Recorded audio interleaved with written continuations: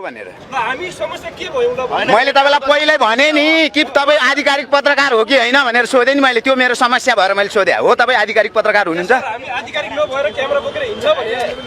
अरे यहाँ क्यामेरा बोकेर हिँड्ने सबै आधिकारिक हो भन्ने पुष्टि गर्न सक्नुहुन्छ कोही होला नि त्यस्तो पनि छैन पुष्टि गर्न सक्नुहुन्छ क्वेशन गर्ने कसले अधिकार दियो सर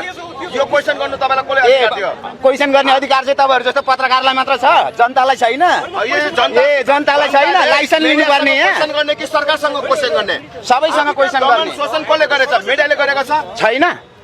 मिडियाले गरेको छैन दमन शोषण मिडियाले आहा आहा आहा अनि तपाई हो को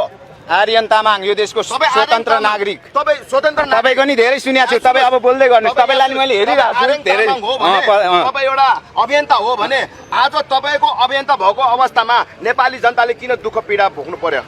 समस्या किन भइराछ त्यसो भए त तपाई पत्रकार भएर हिँड्दा चाहिँ किन भोगिरहेछ मलाई भन्नुहुन्छ तपाई पीडितको आवाज उठाउनु भएको छ तपाईले के उठाउनु भएको छ म चाहिँ यहाँनिर ढुङ्गा उठाउन आएको म चाहिँ आवाज उठाउन आएको हैन पीडित म होइन म चाहिँ आफ्नो आवाज उठाउनु पर्ने हैन कुन पार्टीमा हुनुहुन्छ भन्नुस् तपाई अघिदेखि भनिरहेको छु यी सब पार्टीको म विरोध गर्छु है यो पार्टी 78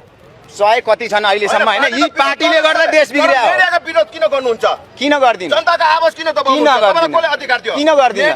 म स्वतन्त्र नागरिक हो मलाई कसैले दिनु पर्दैन अधिकार म यो देशको नागरिक हुँ मेरो अधिकार छ नागरिकको मिडियालाई आरोप लगाउने हैन किन लाउने हैन एउटा देश आरोप हैन सत्य तथ्य हो न्याय दिने पनि हो सत्य तथ्य हो आरोप हैन कसरी आरोप भयो